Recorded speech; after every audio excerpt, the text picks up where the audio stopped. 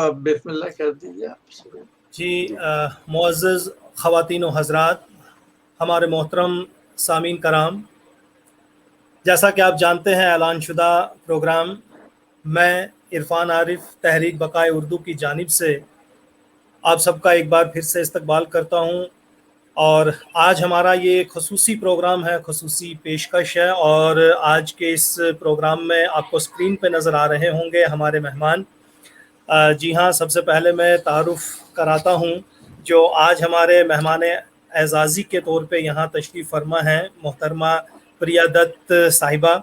ये साबिक member parliament Mumbai से हैं, इस वक्त हमारे साथ जुड़ी हुई। और आप जानते हैं कि ये किस ख़ानदान से ताल्लुक़ रखती हैं। उसी ख़ानदान की खिदमात को और उन्हीं के तमाम तर सिलसिले के हवाले से आज यहाँ बातें होंगी। जी हाँ, आपने पढ़ा होगा कि इंसानियत, अमन और कौम के लिए नरगिस दत्त और सुनील दत्त की अजीम खिदमत, तो ये उन्हीं के ख़ानदान से, मैं कहूँगा कि उन्हीं के कोख से जन्म ली हुई प्रिया दत्त साहिबा हैं। तो ये आज हमारे यहाँ तशरीफ़ लाई हैं, उन्हीं की खिदमत के हवाले से बात होगी। तो मेहमान ख़ुसूसी के तौर पे बर्लिन जर्मनी से हमारे साथ हैं मोहतरम आरिफ नकवी साहब, जिनकी बदौलत ये आज का प्रोग्राम तय हो पाया है। और इन्होंने अपनी हालिया किताब में भी सुनील दत्त साहब का बहुत मुफस्सिल तरीके से, मैं कहूँगा कि इजहार मोहब्बत किया है, और उस पर भी बात होगी। और जिन्होंने ये किताब कंपाइल की, और ये सारे इससे पहले जो आरिफ नकवी साहब का शुमारा आया था, मेरे बड़े भाई यहाँ तशरीफ़ फरमा है जावेद अनवर साहब बनारस से, ये तहरीक अदब शुमारा निकालते हैं मैगज़ीन, और हमारी इस तहरीक के नाइब सीनियर सदर भी हैं। तो मैं आप सबका एक बार इस्तकबाल करते हुए, प्रिया जी, आपको अपनी तहरीक की ओर से इस्तकबाल करता हूँ, वेलकम करता हूँ, खुश आमदीद कहता हूँ। आरिफ नकवी साहब, आपका भी इस्तकबाल है, आपको खुश आमदीद कहता हूँ। तो जावेद भाई, आपका हमारे तमाम नाजरीन सामीन जो हमारे साथ हमेशा की तरह बनते हैं, आज भी हमें देख पा रहे हैं, आप सबकी मोहब्बतें हैं। बस ये देखिएगा कि great contribution of Nargis Dutt and Sunil Dutt for humanity, peace and nation, ये तमाम मौजू रहेंगे। और इसके बीच में खुद प्रिया जी भी बात करेंगी, आरिफ नकवी साहब करेंगे। तो मैं चाहूँगा कि इनका एक मुफस्सिल तारुफ जो है जावेद अनवर बनारस से कराएं। जी जावेद भाई। जी जी, बहुत बहुत शुक्रिया इरफान आरिफ साहब, सदर साहब। नाजरीन आदाब, मैं सीनियर नायब सदर तहरीक बक़ाए उर्दू, आप तमाम का एक मरतबा फिर मैं इस्तकबाल करता हूँ। प्रिया मैडम का इस्तकबाल है, आरिफ नकवी साहब का इस्तकबाल है। नाज़रीन, इस प्रोग्राम का मुहर्रिक क्या बना, पहले मैं 1 मिनट लूंगा इस गुफ्तगू करने के लिए। प्रिया मैडम, आपको भी इसकी जो है इल्म होना चाहिए कि ये गजनफर अली खान साहब, आप जानती होंगी, अली खान साहब, शेवर बंगला, ये जो है आपके वालिद साहब के बहुत अहम दोस्त हुआ करते थे, अभी इंतकाल किया इन्होंने, गजनफर अली खान साहब। तो इनका मैंने तहरीक अदब में जो है गोशा भी निकाला था। तो इन्होंने 1-2 वाकयात बताए थे दत्त साहब के, वो मैं भी बाद में शेयर करूंगा। उस वक्त से मेरे जहन में था कि जो है दत्त साहब, बहुत उनकी जो खिदमात रही हैं, तो मेरे जहन में था कि कुछ इस पे काम किया जाएगा बाद में, लेकिन इत्तेफाक से इनका इंतकाल हो गया। लेकिन अभी नकवी साहब पे गोशा निकाला है तहरीक अदब ने, आप देख सकती हैं ये। तो इसमें जो है दत्त साहब के ऊपर एक चैप्टर है पूरा। तो मुझे खुशी हुई कि नकवी साहब से अल्लाह ने मिलाया कुछ दिनों पहले, और दत्त साहब के ताल्लुक से जो उन्होंने लिखा, तो उसके बाद फिर ये किताब देखिए, मैंने आपको जो है मैं भेजूंगा, ये किताब है नकवी साहब की, राहे अदब में भटकता मुसाफिर। तो इसमें भी वो चैप्टर मौजूद है, जो किताब अभी शाया हुई है, छपी है। तो इससे नाजरीन जो है दत्त साहब की वो चीजें की, जो आवामी मकबूलियत जो उन्होंने हासिल की, जो है मकाम रहा अवाम की नजरों में, अवाम के दिल में, नरगिस दत्त मैडम का, सुनील दत्त साहब का, पूरी दत्त फैमिली का, तो इसका अंदाजा होता है नकवी साहब को अल्लाह सलामत रखे, उन्होंने जो काम किया, मजबूर लिखा। इससे असर नौ हमें ये मौका मिला, हमारे जहन में आया कि न सिर्फ वो जो कि उर्दू अदीब और शायर है, बल्कि जो उर्दू की खिदमत कर रहे हो, खिदमत का मौका मैं अभी वाकई बताऊंगा। कल भी मैंने बताया था मैडम, कल हमारा प्रोग्राम, तो उसमें थोड़ा सा बताया था, वो मैं आप भी बताऊंगा, नकवी साहब ने लिखा भी है, और 1-2 वाकयात और है। तो इससे अंदाजा होता है कि बिला तफरीक मजहब मिल्लत सर्वधर्म समभाव वसुधैव कुटुंबकम जो का नारा दिया जाता है, उसका जो है जिंदा मिसाल, उसकी बेहतरीन मिसाल हमारी दत्त फैमिली है। सुनील दत्त साहब हैं, नरगिस दत्त मैडम थी अपने जमाने में, जिसका तस्करा इन्होंने किया है, वो जब जर्मनी आए उससे पहले का वाकया। आरिफ नकवी साहब के दोस्त हैं, आरिफ नकवी साहब भी हमारे तहरीक बका उर्दू से जुड़े हुए हैं। तो आरिफ नकवी साहब, सबसे पहले मैं यही जो है मैं चाहूंगा आप हमारे नाजरीन को जो है दत्त साहब के ताल्लुक से, नरगिस दत्त मैडम के ताल्लुक से आप कुछ अर्ज करें। बहुत बहुत शुक्रिया जावेद साहब। मैं सबसे पहले तो इस बात पे अपनी खुशी का इजहार करूंगा कि मैं आज अपने आप को बहुत खुशकिस्मत समझ रहा हूँ। प्रिया जी से मेरी मुलाकात, पिछली मुलाकात आखिरी जो हुई थी वो दत्त साहब के साथ ही थी, और मेरे ख्याल में जिस घर में आप लोग रहते थे उसके बाद एक दूसरा फ्लैट था ऊपर जाके। उस वक्त मेरी पत्नी भी आपके साथ, पत्नी भी थी, और मेरी नवासी भी उस वक्त वहाँ पे थी, आपके घर ही वहीं पे। तो वो हमारी आखिरी मुलाकात थी। उसके बाद से मैं आपसे नहीं मिल पाया, ये मेरा दुर्भाग्य रहा। और मैं ये सोच रहा था कि पता नहीं अब आप मुझे पहचान भी पाएंगी या नहीं पहचान पाएंगी। मैं आपसे कह तो रहा हूँ, इन लोगों से बात भी कर लिया है मैंने कि आपको लाऊंगा इस प्रोग्राम में, लेकिन ये क्या है कि आपने नहीं पहचाना तो क्या होगा। लेकिन ये आपने मुझे पहचाना, बहुत बहुत शुक्रिया, मुझे बहुत खुशी हुई इस बात की। बल्कि मैं, आपको याद होगा प्रिया जी, मैंने आपसे एक बार पूछा था, तो उसी मुलाकात में आपने कहा था कि आपने नरगिस भाभी के बारे में कोई फिल्म बनाई है या बना रही थी आप। जी हाँ जी, तब जी। और आप, बहरहाल मैं उसका इंतजार भी करता रहा, लेकिन इस बीच में मुझे दर्द का रिश्ता जो दत्त साहब ने बनाई थी फिल्म, वो मुझे मिल गई थी। जी जी। और मतलब असल में मैं आपको बताऊं कि फिल्मी जिंदगी में तो मैंने बहुत से लोगों को देखा है, बड़े बड़े फनकार आए हैं, बड़े बड़े लोग आए हैं, राजनीति में भी, सियासत में भी बड़े बड़े नेता आए हैं, लेकिन एक अजीब सी फैमिली है। आप अगर देखें तो फिल्म की तारीख में, इंडिया की फिल्म की, भारतीय फिल्म की तारीख में ऐसी कोई आपको फिल्मी फैमिली नहीं मिली होगी जिसमें पति और पत्नी दोनों आसमान पे ऊंचे उठे हों एक साथ, और एक दूसरे को इतना सपोर्ट करते हुए, ये मैंने आज तक नहीं देखा।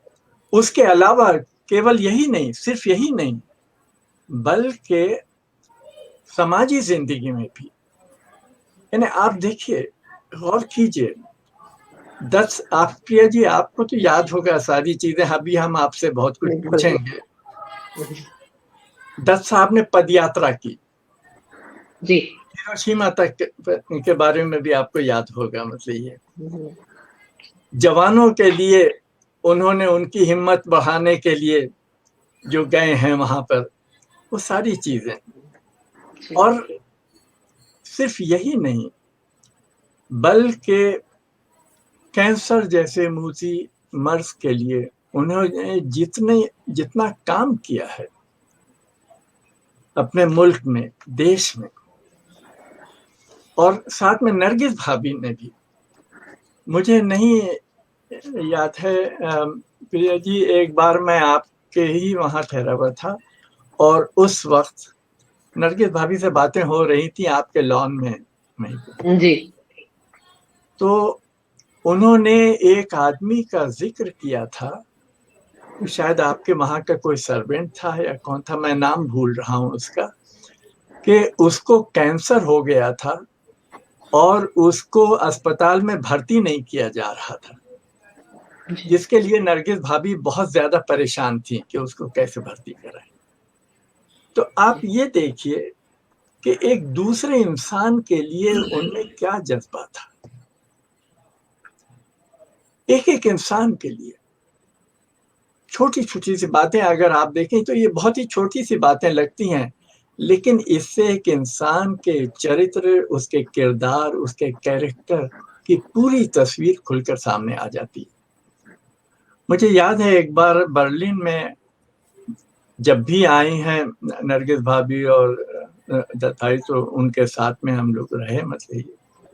लेकिन एक बार मेरी वेस्ट बर्लिन में, उस जमाने ईस्ट और वेस्ट दो थे बर्लिन जी, तो वेस्ट बर्लिन में उनके लिए एक पार्टी दी गई थी, एम्बेसडर ने दी थी पार्टी। मैं उसमें नहीं जा सका क्योंकि मेरी तबीयत खराब थी काफी। तो बाद में मुझे एम्बेसडर ने बताया कि नरगिस साहबा कह रही थी कि हमारे आरिफ साहब की सेहत आजकल अच्छी नहीं रहती है, आप उनका ख्याल कीजिए, उनके लिए खास तौर से केयर आप कीजिए। तो और कोई चीज नहीं, सिर्फ ये कि ये उनको मालूम होना कि एक आदमी बीमार है, उसके लिए इतना वो। मुझे एक दिन वो भी याद है जब दत्त साहब इलेक्शन लड़ रहे थे। मैं उस जमाने में मैं पीटीआई का कॉरेस्पॉन्डेंट था। तो जब मैं दिल्ली पहुंचा तो हमारे जनरल मैनेजर थे एनआर चंद्रन। तो उन्होंने कहा आपके फ्रेंड लड़ रहे हैं, आप नहीं जाएंगे वहां? मैंने जरूर जाऊंगा। मैं बहरहाल मैं बम्बई पहुंचा। मैंने घर पे मालूम किया तो मालूम हुआ कि उनकी कोई पद यात्रा हो रही, उनका एक जुलूस निकल रहा है और उसमें गए हुए। तो हमने कहा किधर से निकलेगा? खैर मैं खड़ा हो गया उस चौराहे के ऊपर जिधर से उनका जुलूस निकलना था। तो उन्होंने देखा, उन्होंने अपने खुली हुई गाड़ी थी बड़ी सी और ट्रक के किस्म की, तो उसमें उन्होंने मुझको ही बुला लिया और बाद में मैं उनके साथ झुग्गी झोपड़ियों में गया। औरतें, बूढ़ी बूढ़ी औरतें इस तरीके से बलाएं ले रही थी, यानी कोई लगता ही नहीं था जैसे कोई माँ अपने बच्चे को। तो आप ये समझिए कि गरीब औरतें दत्त साहब को अपना बच्चा समझ रही थी, अपनी औलाद समझ रही थी, इतनी मोहब्बत उनके लिए। तो ये मोहब्बत कहाँ से आ गई?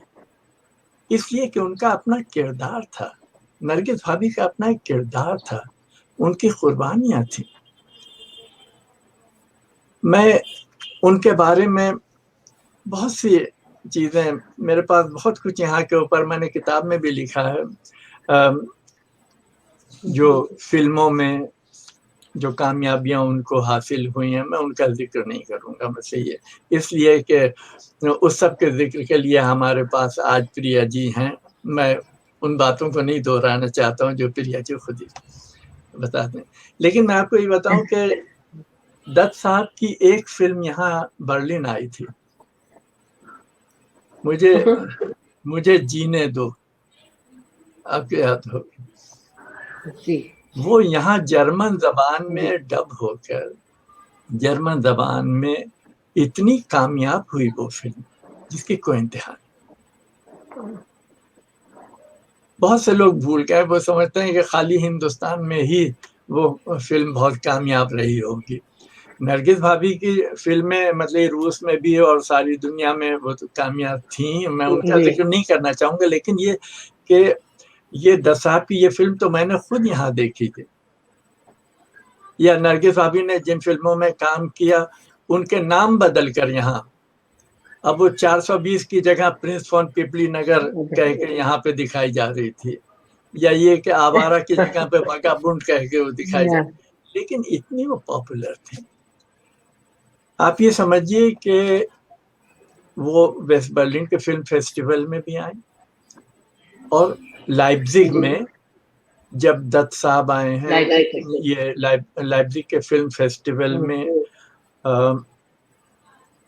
ये मेरे ख्याल में सन 71 की बात है, इसलिए कि उन नरगिस भाभी का जो खत मेरे पास मौजूद है उसमें वो मेरे ख्याल में 71 ही का, सन 71 का वो है। उसमें वो आई थी। और आप यकीन मानिए कि हालांकि दत्त साहब तो जूरी के मेंबर होकर आए थे, लेकिन सब लोग जो थे वो नरगिस भाभी को घेरे रहते थे। हर एक उनका मतलब दीवाना हो रहा था, मतलब किसी तरीके से कोई चाहता था कि एक बार हाथ मिला लें, कोई चाहता था कि कम से कम उनको ग्रीट कर लें या वो देख लें उनकी तरफ, उसी में खुश लोग, मतलब ये कि तो इतनी पॉपुलर थी वो। अच्छा, उसकी वजह खाली उनकी फिल्मों की वो नहीं, फिल्में तो थी बहुत ही शानदार फिल्में। मदर इंडिया में जो उन्होंने एक्टिंग की है उसका आप क्या मुकाबला करेंगे।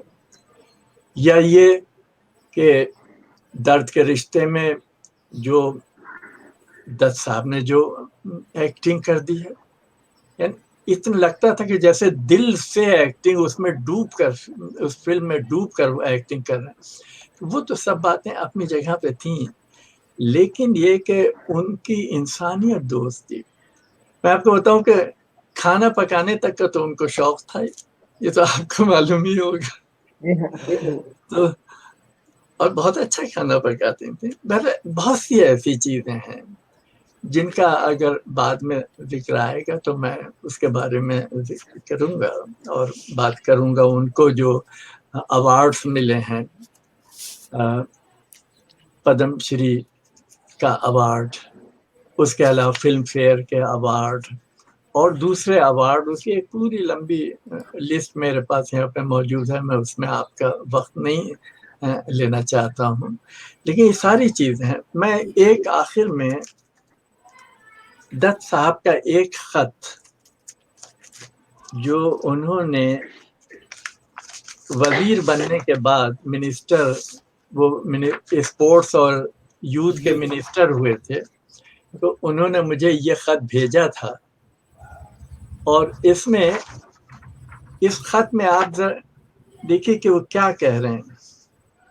यानी दूसरे होते हैं, दूसरे लोग होते हैं तो वो अपने बारे में कि हमने इतना काम किया है, इतनी अच्छे हमने खिदमत की हैं, ये सारा जिक्र करते हैं, सब कुछ करते हैं। लेकिन दत्त साहब पहले पैराग्राफ के बाद दूसरे पैराग्राफ ही में शुरू करते हैं, over 40% of the population of India consists of youth.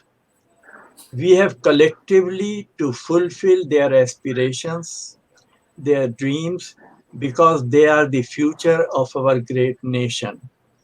I am sure you will help me and will stand by me whenever I need you for the youth of our country and for the cause of sports. और उसके बाद जो दूसरी चीजें हैं और उन्होंने हम जो पर्सनल ग्रीटिंग्स वगैरह उनको छोड़ दी। लेकिन आप ये देखिए कि उनके जहन में हमारे नौजवानों का क्या भविष्य हो, हमारे नौजवानों का क्या मुस्तकबिल हो, हमारे स्पोर्ट्स का क्या, हमारे मुल्क का क्या हश्र हो, हमारा मुल्क किधर जा रहा है, सारी चीजें इन लोगों के लिए थी। और मुझे इस बात की खास तौर से खुशी है कि इस लिगेसी को, इन खूबियों को प्रिया जी ने इतनी खूबी से निभाया है कि ये मेंबर पार्लियामेंट भी हुई, यानी बहुत ही अच्छी तरह से जीत कर, उसी सीट से जीत कर आई हैं जिससे दत्त साहब जीत कर आए थे। और इन्होंने सिर्फ अपनी सीट ही नहीं जीती थी, लोगों के दिलों को जीता था, क्योंकि इनके अंदर वही इंसानी दोस्ती, इंसानी मोहब्बत, मानवता, ये सारी चीजें इस फैमिली के अंदर हैं। आप फैमिली के किसी भी मेंबर को आप ले लीजिए, आप मिसाल के तौर पे संजय दत्त जी का आप देखिए, मैं तो उनको बहुत, वो जमाने में बहुत छोटे थे, शायद वो मुझे अब पहचान भी नहीं पाएंगे, मतलब ये, लेकिन ये कि उनकी जो फिल्म है मुन्ने भाई जी, वो फिल्म आप उसमें देखिए कि एक छोटा, अच्छा उसमें मुझे एक तरह से और भी दिलचस्पी हुई क्योंकि मैं इंटरनेशनल कैरम फेडरेशन का प्रेसिडेंट रहा हूँ और उसमें उन्होंने कैरम को भी पेश किया है। लेकिन एक कैरम से एक मरीज के अंदर जिंदगी की कितनी उन्होंने एस्पिरेशंस, कितनी एक जिंदगी की लगन पैदा कर दी है और कितनी हिम्मत उसको दी है, कितनी खूबी से। ये एक मामूली इंसान नहीं कर सकता। ये इस खानदान का हिस्सा है, इस परिवार का हिस्सा है। और मैं समझता हूँ कि ये परिवार ऐसा है, ये खानदान ऐसा है जिस पर सारे भारत को नाज हो सकता है। और सारे भारत ही नहीं बल्कि दुनिया के तरक्की पसंद ताकतों को, तरक्की पसंद इंसानों को, इंसानियत परस्त इंसानों को, सबको इस पे नाज हो सकता है। वो इंसान जो हिरोशिमा के बारे में सोचता हो, वो इंसान जो गरीबों के बारे में सोचता हो, वो फैमिली जो अपने मुल्क के बारे में और अपने दूसरे लोगों के बारे में सोचती हो, मैं समझता हूँ कि इस फैमिली का जवाब नहीं है। और यही वजह है कि मेरे दिल में इस फैमिली की इतनी इज्जत है। आप चाहे मुझे पहचाने या ना पहचाने, इतने साल हो गए लेकिन ये कि मैं कभी भूलूंगा। शुक्रिया। बाद में अगर कोई सवाल होगा, कुछ होगा तो मैं बात कर लूँगा। बहुत ही खूबसूरती से आरिफ नकवी साहब आपने वो यादाश्त हम कहेंगे, वो पुराने दिनों की याद इनको भी दिलाई होगी। मैं खुद ये लिख रहा था कि जो जब ये मरकज़ी वज़ीर थे, यानी स्पोर्ट्स और यूथ के, आपको ख़त लिखा था, मैं पूछने ही वाला था, तो बहरहाल आपने खुद ही इसका जिक्र किया। बहुत सारे सवालात हैं, बहुत सारे नाज़रीन हमारे साथ जुड़ते जा रहे हैं। प्रिया जी को मोहब्बतों और दुआओं से नवाज रहे हैं, और सुनील दत्त साहब के बहुत सारे वाक़यात उन्होंने गिनाए हैं। मैं अभी ये, क्योंकि अभी शुरुआत है, मैं बीच में अभी नहीं वो चीज़ें लाना चाहता कि उन्होंने कब, कैसे, किस कौन से हादसात में, कौन से वाक़यात में उन्होंने किस किस तरह से किन की मदद किया, वो सब लिखे जा रहे हैं। मैं सबका, नाज़रीन का शुक्रिया अदा करता हूँ।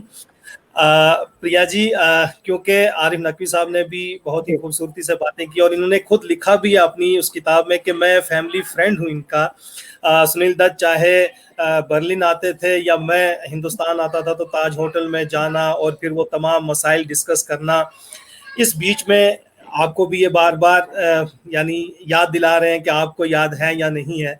मैं ये जानना चाहूँगा कि ये 1976 का भी इन्होंने वाकया एक याद अपनी उस किताब में लिखा है कि वहाँ जब इंदिरा गांधी आई, फिर कुछ और वजीर भी गए, कुछ और मिनिस्टर्स भी गए, तो आपका भी बर्लिन जाना हुआ और आपने यानी आज आरिफ नकवी साहब को देखा है। तो इसके अलावा अब कब कैसे मिली हैं, फिर हम आपके दत्त साहब के हवाले से बात करेंगे। जी जी, जब नकवी सर ने मुझे फोन किया, मुझे एक्चुअली कनेक्ट नहीं हुआ।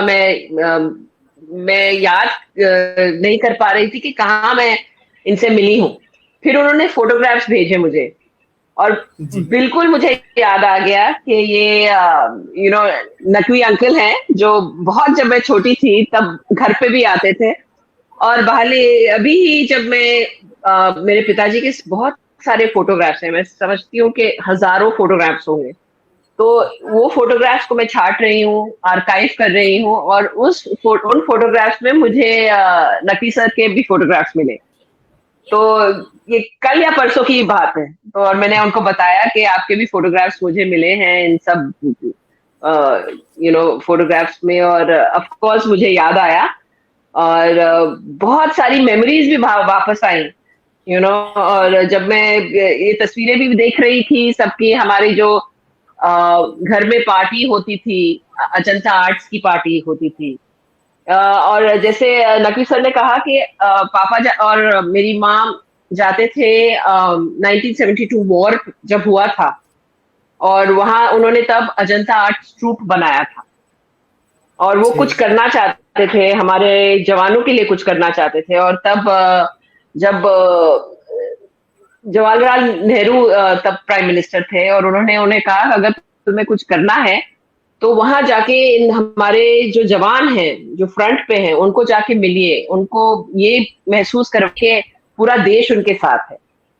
और तब मेरे पिताजी ने और मेरी माँ ने ये ट्रूप बनाया, और उस ट्रूप में फिल्म इंडस्ट्री के बड़े बड़े लोग, डांसर्स हुए, या इसमें किशोर कुमार जी भी गए, लता जी भी गई, मोहम्मद रफी जी भी गए।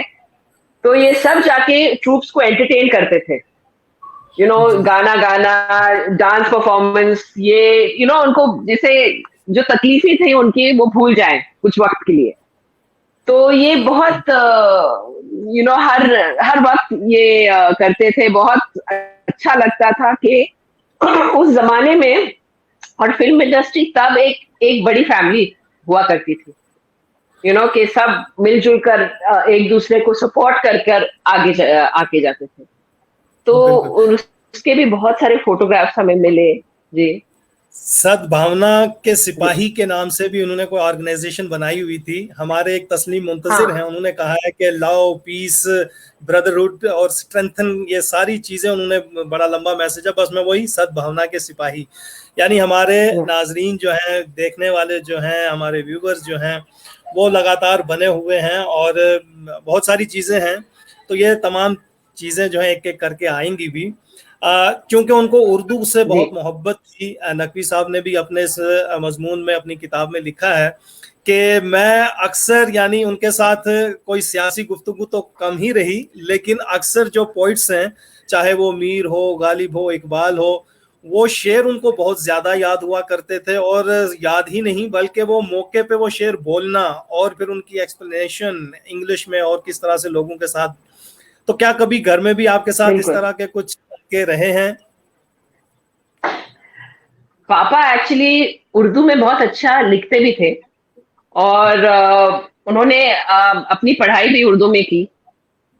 जब वो पाकिस्तान में थे, फिर पार्टीशन के बाद यहाँ आए, तो उर्दू के लिए तो वो बहुत हमेशा जब पॉलिटिकल स्पीच भी देते थे, वो उर्दू में अपनी शायरी कहते थे, और बहुत अच्छा लगा। लेकिन हम मुंबई में पैदा हुए, हमारी जो भाषा है वो इतनी साफ नहीं है, और मैं माफी चाहूंगी कि मैं आप जैसे जैसे उर्दू इतनी खूबसूरत एक भाषा है, मैं उस तरह से मैं बोल नहीं पाती। और लेकिन इसलिए मैंने नकी सर को भी पूछा था कि मैं हिंदी में या इंग्लिश में थोड़ा बहुत बोल सकती हूँ, लेकिन उर्दू में बोला मुझे बहुत मेरी जबान इतनी साफ नहीं है। लेकिन मेरे पिताजी, मेरी माँ बहुत बहुत अच्छा उर्दू बोलते थे, और मेरी माँ भी। और पिताजी हमारे, उनकी स्पीचेस, उनके फिल्म के डायलॉग्स सब उर्दू में लिखते थे। तो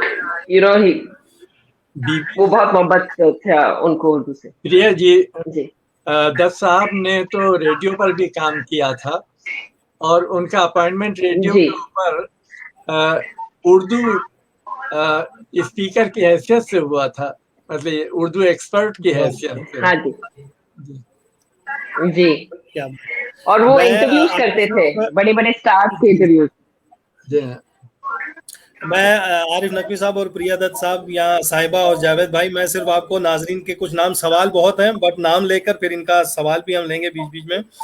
शकील अहमद खान साहब हैं, तलत सरोहा साहिबा हैं, रोमान शकील साहब हैं, सैयद इरफान नबी साहब हैं, जीशान उस्मान हैं, परवेज मुजफ्फर साहब हैं, ये अमेरिका से इस वक्त हमें देख रहे हैं, शोएब खान साहब हैं, दिल्ली से हैं, कुमार अब्बास काजमी साहब हैं, सज्जाद नगरमानी हैं, उसके बाद शब्बीर अहमद कादरी साहब, ये पाकिस्तान से, नसीम अहमद साहब हैं, तस्लीम मुंतजर साहब हैं, मिर्जा अनवर साहब हैं, मरियम कुरैशी साहिबा हैं, बर्लिन से रियाज साहब हैं, कहते हैं कि मैं इन्हीं की फिल्में देख देख कर बड़ा हुआ हूँ, रोमान शकील हैं, सिराज अहमद हैं, उसके बाद मिर्जा अब्दुल कयूम नदवी साहब हैं, बसीरा नवाज हैं, डॉक्टर फातिमा खातून साहिबा हैं, खुर्शीद हयात साहब हैं, दीपक दादाजी हैं, अयाज मुस्तफ़ा सिद्दीकी साहब हैं, रशीद सिद्दीकी साहब हैं, तलत साहब हैं, रोमान साहब हैं,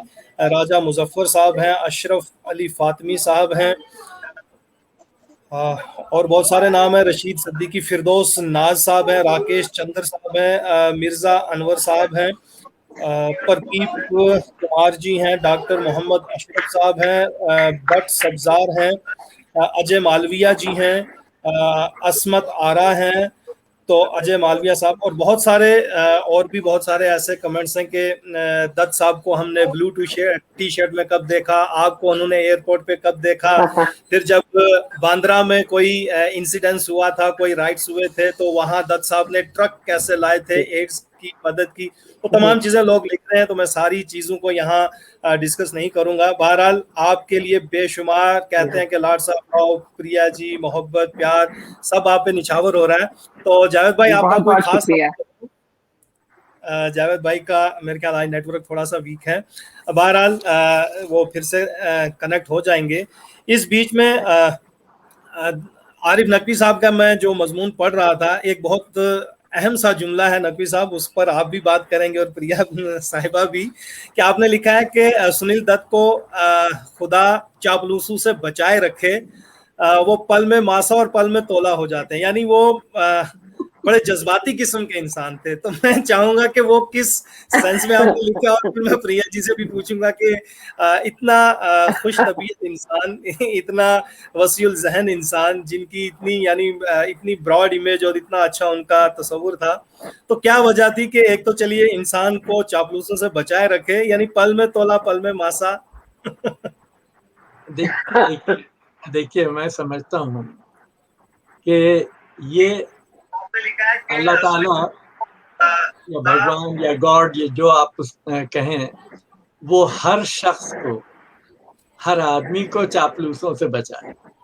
बेशक। और जो आदमी इतना बड़ा हो जाता है, देखिए ना, अब प्रिया जी जब पार्लियामेंट की मेंबर हो गई, तो कितने लोग आपके पीछे दौड़ते होंगे और हर बात में कहते होंगे कि देखिए आप बिल्कुल ठीक कर रहे हैं, ये बिल्कुल ठीक कर रहे हैं।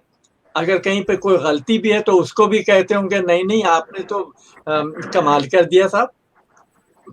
लेकिन ये दोस्ती नहीं होती। बिल्कुल बिल्कुल। एक दोस्त को, इंसान को सही दूसरे के साथ में दूसरे, और देखिए मैं एक बात और बता दूं कि दत्त साहब की खास बात थी, आप अगर उनकी फिल्में देखें तो आप देखेंगे कि वो अपनी फिल्मों में डूब जाते हैं। यानी मदर इंडिया में भी आप ये देखेंगे, उन्होंने जो अपना वो रोल कर रहे हैं उस वक्त वो उसी रोल के अंदर बिल्कुल डूबे हुए हैं। और जो दर्द का रिश्ता, उसमें भी वो बिल्कुल अपने आप को उन्होंने डुबो दिया, उसके अंदर बिल्कुल इमोशंस में अपने वो चले जाते हैं, अपने उसकी गहराई के अंदर। ऐसा इंसान, क्योंकि जज्बाती वो बहुत थे, ये सही है, जज्बाती होना कोई बुरी चीज नहीं है, जज्बाती होना बहुत ही अच्छा है, क्योंकि आदमी जज्बे से ही कहीं से कहीं पहुंच सकता है, कुछ भी कर सकता है। लेकिन ये कि ऐसे लोगों के पीछे, आगे पीछे इतने लोग, अब मैं आपको एक मिसाल दे रहा हूँ। दत्त साहब एक हमारी छोटी प्रिया जी, एक छोटी सी हमारी यहाँ पे वो तकरीब थी, एक मीटिंग थी, उसमें दत्त साहब ने अशार सुनाना शुरू कर दिए पोइट्री के।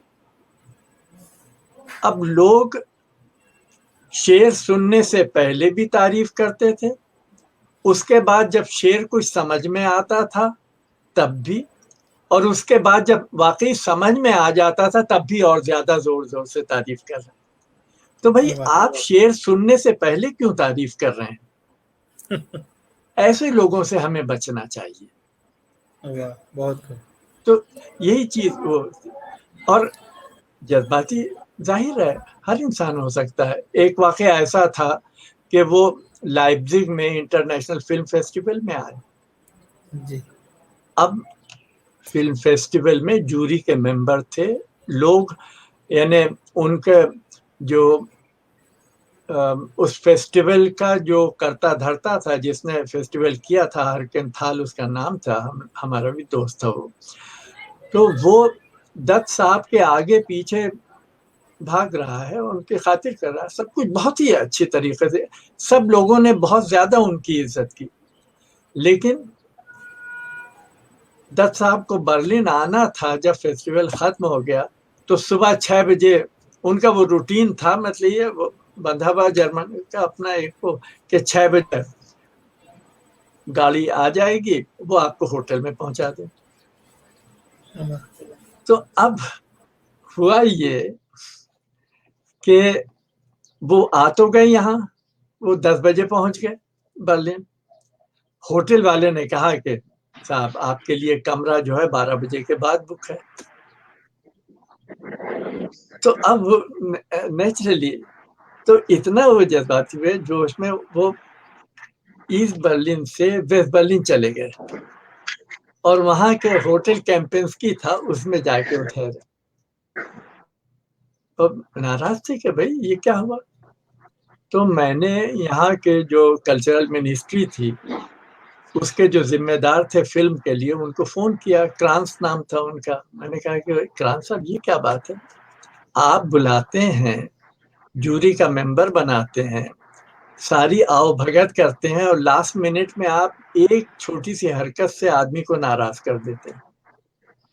तो कह लिया नहीं नहीं, मैं खुद जाके उनसे माफी मांगना चाहूंगा और मैंने मिनिस्टर से बात की है, मिनिस्टर ने कहा है कि हम तुम्हें एक्स्ट्रा परमिशन देंगे तो तुम जाओ,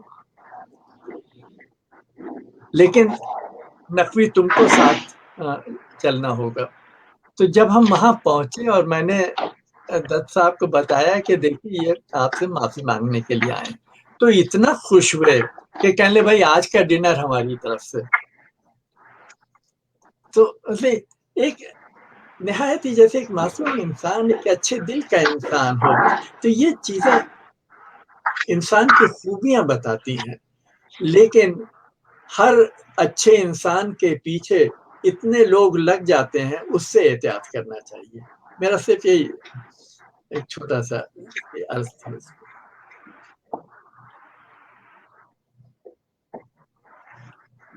इसमें शक भी नहीं कि जब इंसान की बहुत ज़्यादा तारीफ़ें हो तो मोहतात भी रहना ज़रूरी है। इस बीच में वही है कि मैं यही कहूँगा कि चाहे वो ग्रेट मैन थे, ग्रेट एक्टर थे, ग्रेट फादर भी लिखा है, कुछ लोगों ने ग्रेट पॉलिटिशियन भी लिखा है, बहुत सारे यहाँ सवालात भी आते जा रहे हैं। बीच में हमें किसी ने ये भी कहा है कि नरगिस दत्त फाउंडेशन पर भी बात कीजिएगा। तो प्रिया जी, मतलब हम भी खुशकिस्मत है कि हम आपको देख रहे हैं और आप उससे भी बड़ी खुशकिस्मत है कि आपने ऐसे घराने में आँख खोली है कि जहाँ वो माँ हो या बाप, दोनों के दोनों ह्यूमैनिटी के लिए, कम्युनिटी के लिए, इंसानियत के लिए काम कर रहे थे। तो आप भी बताएं, नरगिस दत्त फाउंडेशन या इसके अलावा आपने हमारे समाज के लिए, इंसान के लिए इस खिदमत के जज्बे को कहाँ तक जो है बरूआकार लाया? जी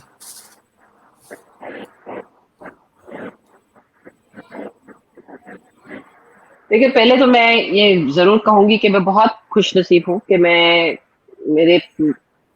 इस तरह के माता और पिता के घर में पैदा हुई।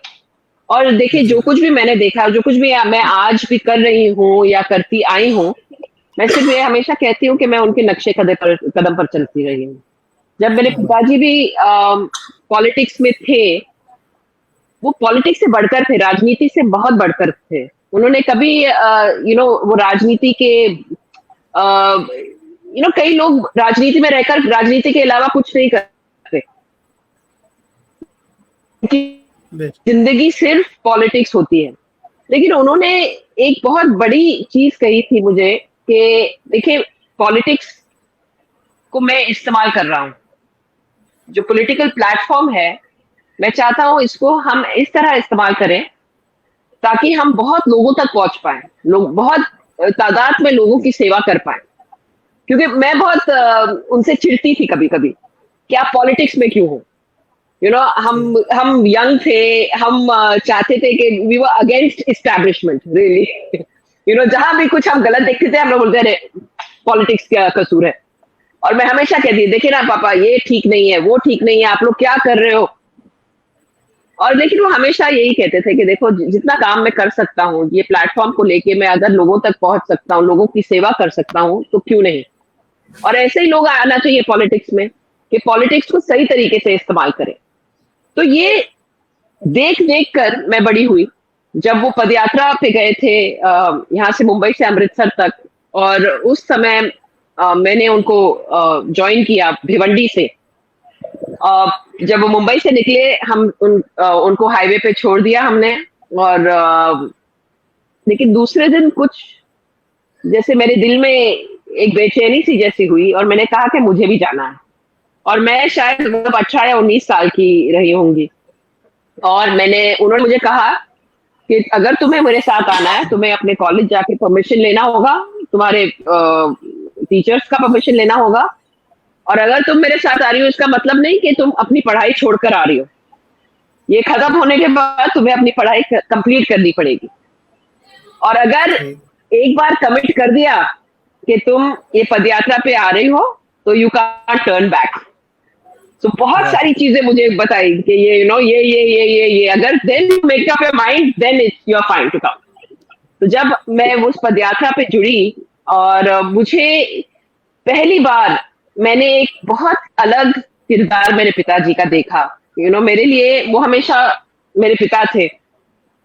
मैंने कभी उनको दूसरों के साथ नहीं देखा था, मैं कभी उनके साथ उनके पॉलिटिकल फंक्शंस पे नहीं जाती थी, लेकिन इस पदयात्रा में मैंने मुझे ये पहली बार महसूस हुआ कि ये सिर्फ मेरे नहीं है, ये लोगों के लिए उन्होंने ये जिंदगी ली है। क्योंकि जब मैंने वो कनेक्ट देखा उनका लोगों के साथ, गरीब से गरीब, अमीर से अमीर, जो कोई आप बोले, एक अपनापन था। और हम जब ये यात्रा पे निकले, जब गांव से निकलते पड़े, छोटे छोटे गांव तक पहुंचे, वहां लोगों को पता भी नहीं था कि सुनील दत्त कौन है। वो कभी वहां उन्होंने पिक्चर भी नहीं देखी थी, फोटो भी नहीं देखा। उनको सिर्फ किसी ने जैसे वर्ड ऑफ माउथ पब्लिसिटी हुई। और मुझे याद है कि वहां प्रेस भी हमें कुछ कवर नहीं किया। उन्होंने कहा कि ये तो ऐसे ही 5 दिन में आ जाएंगे वापस, क्योंकि पंजाब तो was burning at that time. और लेकिन हम चलते गए, और उस समय लोगों के वर्ड ऑफ माउथ से ये पब्लिसिटी होती गई, और गांव खेड़े में जब हम पहुंचे, वहां लोगों को पता चला कि एक मसीहा चल रहा है अमन और शांति के लिए। और उनको पता नहीं था कि ये कौन इंसान है, सिर्फ एक आदमी चल रहा है। हमारे लोगों ने लिखा भी है कि इंसानियत के पुजारी थे ये। बिल्कुल बिल्कुल। और हमें इतना अच्छा लगा, हम ये एक्सपोजर जो मेरे लिए था, वो मेरी जिंदगी एक्चुअली बदल दिया, मेरी जिंदगी को बदला इस पूरे एक्सपीरियंस ने। क्योंकि जो मैंने देखा, ग्रास रूट पे देखा, जहां जहां हम चलते गए, लोगों को मिलते गए, वो हमारा जो सही देश था, वो हमारा देश था, जो ये एक्सपीरियंस मुझे मिला इस पद यात्रा से। और पहली बार मैंने मेरे पिताजी को एक बहुत अलग नजरिए से देखा और बहुत बड़ी सीख मिली। लाइक आई सेड, मेरी पूरी जिंदगी बदल गई उस समय से। जावेद भाई, चूंकि आपने भी आरिफ नकवी साहब और सुनील दत्त के हवाले से बहुत लिखा भी है, तो मैं चाहूंगा कि उस लिखे हुए से कुछ इस वक्त हमें भी मिल जाए। प्रिया जी सामने हैं, तो कुछ आप भी कहें जी। अनम्यूट कर लीजिएगा, अनम्यूट। जी जी, बहुत बहुत शुक्रिया। मैं बताऊं मैडम आपको, ये जो अभी जिक्र हो रहा है पद यात्रा का, तो ये इतने ज्यादा पॉपुलर थे कि यहाँ पे जोक भी बहुत से हमने सुनने को मिले थे। जैसे मिसाल के तौर पर मैं बताऊं कि फिल्म थी ये आग कब बुझेगी, तो यहाँ पे अखबार मैंने पढ़ा था कि कोई पूछ रहा है कि भाई सुनील दत्त साहब की ये आग कब बुझेगी के बाद फिल्म कौन सी होगी। तो सुनील दत्त साहब जवाब देते हैं, वो बंदा जवाब देता है कि साहब ये आग कब बुझेगी के बाद जो अगली फिल्म आएगी सुनील दत्त साहब की, उसका नाम होगा ये पांव कब रुकेंगे। हाँ सही है, क्योंकि उसके बाद उनके कदम रुके नहीं। जी जी, ये और मैं एक बात बताऊं कि अभी मैंने कहीं पढ़ा था कि एक लेडी है जिन्होंने सारे लोगों के जो है खुतूत जो है सारे फिल्म स्टार से खुतूत उनके पास है, तो उसमें सुनील दत्त साहब का भी एक खत है उनके पास, लेकिन वो उर्दू में है। अच्छा, ये बहुत बड़ी बात थी। बड़े बड़े उर्दूदां हैं लेकिन उनका खत उनके पास इंग्लिश में है, लेकिन दत्त साहब का खत उर्दू में है। ये उनकी मोहब्बत थी जो आपने बताया। अमर इंसान दोस्ती के ताल्लुक से नाज़रीन मैं आपको बताऊं कि अभी मैंने जिक्र किया अली खान साहब का, बड़ी मशहूर हस्ती रहे हैं बॉम्बे की।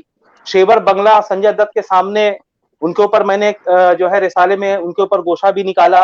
उनके संजय खान के बंगले के सामने मैडम, संजय खान का बंगला उस वक्त है, इस पर शेवर बंगलो जुहू में जी, उनके घर भी मैं रहा हूँ। हाँ, उनके घर भी मैं रहा। तो उन्होंने एक वाकया बताया दत्त साहब का कि एक होटल सन एंड सैंड में ओपी रल्हन साहब, दत्त साहब और जब बंद कर लीजिए आवाज, दत्त साहब और ये अली खान साहब डिनर कर रहे थे। तो चूंकि इतना ज्यादा शोहरत हो गई थी दत्त साहब की, बेहतरीन लोग मसीहा मानते थे, नेता भी थे, लोगों के हमदर्द भी, तो बहुत से लोगों को जलन भी होनी उनसे स्वाभाविक थी, उनसे जलते वो करते। तो अच्छा, दूसरी बात है कि बॉम्बे में जाहिर सी बात है कि ये तादाद में मुसलमान भी बहुत ज्यादा गरीब हैं, सारे लोग गरीब हैं, उसमें मुसलमान भी, हिंदू, सारे लोग हैं। ये सारे लोगों के पास जाते थे बिना तफरीक मजहब मिल्लत। तो उस डिनर में एक साहब आए, मैं नाम नहीं लूंगा, एक साहब आए, उन्होंने बिल्कुल सीधे दत्त साहब से कहा कि दत्त साहब आप लांडियों की बड़ी तरफदारी करते हैं। नाज़रीन मैं आपको बताऊं, मैडम भी जानती कि लांडी कहते हैं लोग हिकारत से वहां मुसलमानों को, ये तो जानता है जी। वो आए, उन्होंने कहा कि दत्त साहब आप लांडियों की बड़ी तरफदारी करते हैं। दत्त साहब अपनी शराफत के एतबार से बिल्कुल खामोश रहे, डिनर करते रहे। उन्होंने कुछ और इधर उधर बातें की, वो उभारना चाहते थे। फिर उन्होंने कुछ बातें की कि नहीं साहब आप जो है बहुत ज्यादा जो है लांडियों की तरफदारी करते हैं। तो उन्होंने तो कुछ नहीं कहा, रल्हन साहब भी खामोश रहे, अली खान साहब बोल पड़े। अली खान साहब ने कहा कि देखिए जनाब, जिन लांडियों की आप बात कर रहे हैं उन लांडियों की वजह से ही आप जीतते हैं इलेक्शन। अरे नहीं, मैं क्या जीतता हूं, इसकी दत्त साहब को जरूरत पड़ती कि मुझे नहीं पड़ती का, तो ठीक है फिर इस बार जो है आप लड़के देख लीजिएगा। तो उन्होंने दूसरी सीट से लड़ा, अली खान साहब भी खड़े हो गए, सपोर्ट कर दिया दत्त साहब ने, सारे लोगों ने सपोर्ट कर दिया। तो अली खान साहब तो हार गए, लेकिन जितना इतना वोट उन्होंने काटा कि वो साहब भी हार गए, कोई तीसरी पार्टी जीत गई। ये वाकया उन्होंने बताया कि कितनी ज्यादा, सारे लोग जानते भी है, मैं नाम नहीं लूंगा, लेकिन ये जो कद्र थी दत्त साहब की कि एक मतलब लोग उनसे इतनी ज्यादा वो खिदमत करते थे अमन के लिए, कौम के लिए, बनारस से अरे बॉम्बे से अमृतसर चले जाना, कि लोग जो है खौफ खाते थे, उनकी अच्छाई से खौफ खाते थे कि यार ये इतना अच्छा काम करेगा तो फिर हमें कौन पूछेगा। ये इतना बड़ा वो था कि कौन पूछेगा, हमें कौन पूछेगा, इतना काम करे। और बिगैर, और मैं बताऊं नाज़रीन कि इतने अमीर घराने से थे। नकवी साहब ने लिखा है कि जिस तरह और सुपरस्टार थे, अपने जमाने के लेबल नहीं लगाता, लेकिन कोई फिल्म आप उठा के देख लीजिए, मैं भी उनकी फिल्मों का बहुत सही रहा था। हर साल में 1-2 हिट उनकी होती ही थी, आज जो लोग तरसते हैं। और कोई भी रोल आप ले लीजिए, मुझे जीने दो का जिक्र उन्होंने कर दिया, खानदान का जिक्र मैं कर देता हूँ, मिलन का जिक्र कर देता हूँ। खानदान में जो उन्होंने अपाहिज का रोल किया, कोई नहीं कर सकता उस तरह का। मदर इंडिया का रोल लोग जानते हैं, लेकिन मैं उनकी अच्छाई से लोगों को खौफ आता था कि यार ये कैसी शख्सियत है। और इस मामले में कभी दत्त साहब जज्बाती नहीं हुई, ये भी मैं बताऊं नाज़रीन आपको। हमेशा उन्होंने काम किया, वो बिल्कुल आराम की जिंदगी गुजार सकते थे, बहुत आराम की, बहुत ज्यादा जो है दौलत कमा सकते थे, बहुत कुछ कर सकते थे। लेकिन यहाँ मुझे याद आता है उनके बारे में, नारंग साकी साहब ने एक साहब के बारे में लिखा है, नारंग साकी साहब के बारे में एक लिखा, ये बिल्कुल मकुला दत्त साहब के ऊपर आता है। मैं दत्त साहब के हवाले से, नारंग साकी साहब का जो वो है वाकया, वो दत्त साहब के हवाले से बता रहा हूँ कि एक साहब कह रहे मुस्तफा हुसैन साहब मिसाल के तौर पर कि यार दत्त साहब जो है लोगों पे इतना खर्च करते हैं, इतनी जो है लोगों की खिदमत करते हैं, तो ये करोड़पति हैं। दत्त साहब, मैं नाम बदल कह रहा हूं, नारंग साकी साहब की जगह मैं दत्त साहब का नाम ले रहा हूं, कि दत्त साहब लोगों पे इतना खर्च करते हैं, इतनी खिदमत करते हैं, तो ये करोड़पति हैं। अगर ये ना करते तो अरबपति होते। सही है, इतना ज्यादा तो ये बड़ी अच्छी ये रही। तो मैं ये जानना चाहूंगा दत्त मैडम की, पाकिस्तान से बहुत लोग आए, माशरा भी बहुत बड़ा रहा, बहुत से लोग आए, नाम नहीं लूंगा, लेकिन उसके बावजूद दत्त साहब में ये खूबी क्या, खानदानी खूबी थी, उनके अजदाद में ये बात थी कि नहीं सबका काम करना। हालांकि जो लोग वहां से आए उनमें बहुत से लोगों का तजर्बा था वहां के लोगों के ताल्लुक से, लेकिन दत्त साहब को कहीं भी मैंने कहीं नहीं पढ़ा पाकिस्तानियों की बुराई करते हुए कि उन्होंने हमारे साथ जुल्म की, कभी मैंने नहीं पढ़ा, कभी मैंने नहीं पढ़ा। तो कहिए कोई खानदानी वारसा था। मैं इस सिलसिले में एक बात और मैं इस सिलसिले में जैसे आपने कहा पार्टीशन में बहुत लोग आए और बहुत लोगों के दिल में बहुत कड़वाहट रही, जिंदगी भर रही। लेकिन मैंने कभी मेरे पिताजी को ये कहते हुए नहीं देखा कि देखो मुसलमानों ने हमारा क्या किया या इस कौम ने हमारा क्या किया। वो हमेशा कहते थे कि देखिए दोनों तरफ में बहुत बहुत सारी चीजें हुई। मैंने भी अपने फैमिली को खोया, वहां के लोगों ने भी अपने फैमिली को खोया, लेकिन वहां के लोगों ने हमारे फैमिली को मदद भी की, हमने उनकी मदद की। लेकिन हम जिंदगी भर तो ये कड़वाहट के साथ जी नहीं सकते। इसीलिए जब भी वो काम करते थे, जैसे आपने कहा लोग कहते थे अरे वो मुसलमानों के ही साथ है, लेकिन वो हमेशा इंसानियत के साथ रहे। मुस्लिम हो, हिंदू हो, सिख हो, ईसाई हो, उन्होंने कहा जहां जहां जरूरत पड़ेगी या जहां जहां जरूरत है मैं वहां खड़ा रहूंगा। मैं ये नहीं देखूंगा कि ये मुसलमान है, ये हिंदू है या सिख है या ईसाई है। तो मैं समझती हूँ ये एक बहुत बड़ी बात है और ये जो मैसेज है लोगों के बीच पे जाना चाहिए हमारे देश में कि हमें देखना है कि जरूरत कहाँ है, लोगों की जरूरतें कहाँ है। ये नहीं देखना चाहिए कि ये मुसलमान की जरूरत है या हिंदू की जरूरत है या किसी और की जरूरत है। और आई थिंक ये जो चीज है वो मिस हो रही है हमारे देश में आज। वो इंसानियत जो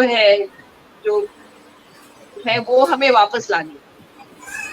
मैं एक मिसाल देना चाहूंगा। आवाज आ रही? मैं एक मिसाल देना चाहूंगा।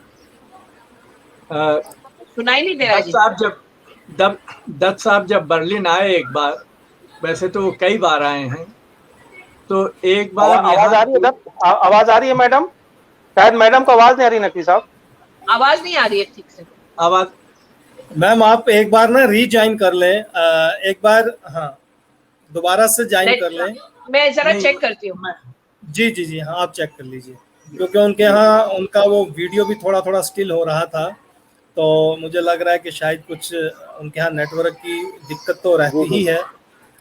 तो बहुत ही खूबसूरत यादें हैं और उससे ज़्यादा तो मैं देख रहा हूँ कि हमारे नाजरीन जो हैं लगातार बने हुए हैं और एक से बढ़कर एक वाक़या जो है यहाँ नकल कर रहे हैं। और प्रिया जी की जय तो हो ही रही है, दत्त फैमिली की भी जय हो रही है, और यानी Dutt family as a legend family ये भी कहा जा रहा है बहुत सारे। और किसी ने वही मदर इंडिया की बात की, तो किसी ने इंडिया में ऐसे नेता का ना होना जो है एक बदकिस्मती करार दिया है। तो ये तमाम तर चीज़ें हैं। और इस बीच में आरिफ नकवी साहब आपने बहुत सारे वाक़यात उनके लिखे हैं, और ये जो वाक़या अब आप पेश भी शायद यहाँ करना चाहते थे कि एक बार का जिक्र है कि वो आए। बहुत सारे जैसे कि आपने 76 का जिक्र किया है कि बहुत यानी जैसे इंदिरा गांधी वहाँ गई, फिर बहुत जब भी मेरे ख्याल हिंदुस्तान आते रहे, चाहे कोई भी यहाँ हमारे सदर होता रहा, तो आप सदर से मुलाकात करते रहे हैं। तो वो भी मुझे बहुत अच्छा लगा कि जितने भी हमारे इस जमहूरिया हिंद के सदूर हैं उनके साथ आपकी मुलाकात रही है, और दत्त साहब के साथ आपके जो ताल्लुकात हैं उसको आपने बड़ी खूबी से पेश किया है। तो प्रिया जी आ जाएं तो आप वो जो सवाल उनसे करना चाहते थे। बहरहाल नाजरीन जो हैं वो आपकी यादाश्त की दाद दे रहे हैं कि आपने कितनी खूबसूरती से दत्त साहब को यहाँ याद किया है। जी प्रिया जी आ गई हैं तो आप पूछ सकते हैं। प्रिया जी आवाज आ रही है? हाँ जी, थोड़ी सी आ रही है जी। हाँ, मैं एक छोटा सा वाकया बताना चाह रहा था। दत्त साहब वैसे तो कई बार जर्मनी आए, और एक बार बर्लिन में वो मेरे साथ गुरुद्वारा भी गए हैं। तो आप ये समझिए कि दत्त साहब के लिए सभी मजहबों की, सभी धर्मों की कितनी इज्जत थी। वो गुरुद्वारा गए, वहां बैठे सारे वक्त में, मैं उनके साथ में था। हम लोगों ने अपने सरों के ऊपर रुमाल बांध लिए थे रिस्पेक्ट के तौर पे, वहीं पे कुछ खाना भी हुआ थोड़ा सा। तो ये उनका अपना किरदार था। वो बहैसियत एक इंसान के हर एक से मिलते थे, और बहैसियत इंसान के हर एक को देखते थे, चाहे किसी भी धर्म का कोई हो, चाहे किसी भी मजहब का कोई हो। तो उनके लिए इसकी वो नहीं थी। उनके जहन में जो सबसे पहली चीज थी वो इंसानियत थी, ह्यूमैनिटी थी। उसके ऊपर अभी इन्होंने बल्कि आपने भी एक जिक्र किया था, सन एंड सैंड का जिक्र किया था। मैं सन एंड सैंड की आपको एक तस्वीर यह दिखाना चाहता हूँ, पता नहीं आप ये आपको याद है ये तस्वीर? हाँ जी जी जी जी, थोड़ा सा यस, ये जी जी, मुझे भी ये फोटो मिली। ये इसमें आप खड़ी हैं, नम्रता जी भी हैं इसमें, और जी बगल में मेरी बेटी है। ये बीच में जो काले बालों के साथ में और स्कर्ट पहने हुए वो मेरी बेटी है, उसका नाम भी नरगिस ही है। और ये देखिए, ये संजय जी भी हैं इसमें, इस तस्वीर में।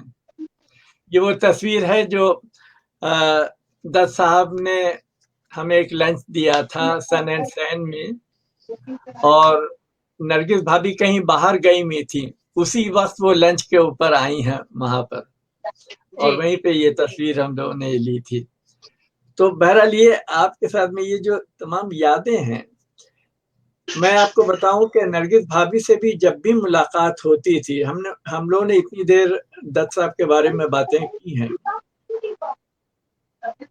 नरगिस भाभी इलेक्शन के जमाने में जलसों में जाया करती थी, वहां बोला करती थी वो जी।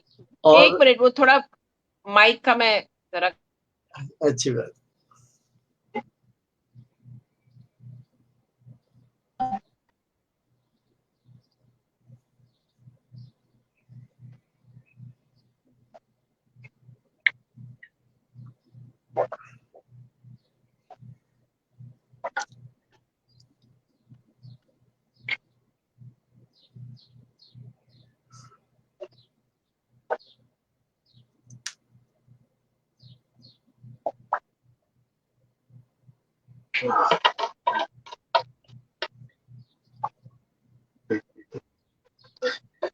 नकवी साहब, ये अभी जो सुनाई दे रहा है जी? जी जी सुनाई, आवाज आ रही है आपकी जी नकवी साहब।